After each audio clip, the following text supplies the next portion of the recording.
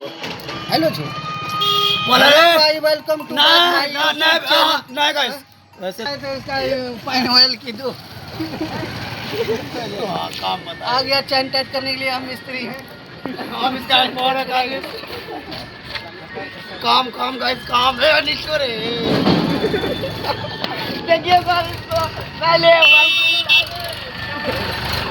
चलो हम आ गए हैं रेंज लेके, और अनवर मामू का बाइक है अपाची, और इस अपाची में चैन ढीला है, और अनवर मामू का मुख सूखा सूखा लगता है क्योंकि चैन जो सूखा हुआ ना, इस वजह से मोबिल नहीं मिलता है। दांत दिखाओ मटर का काम कर रहे हैं। ये गए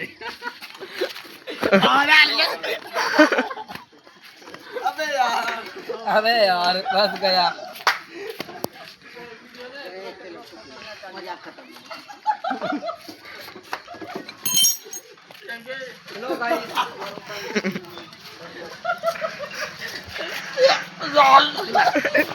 अगला बहुत दिन मोबाइल चला।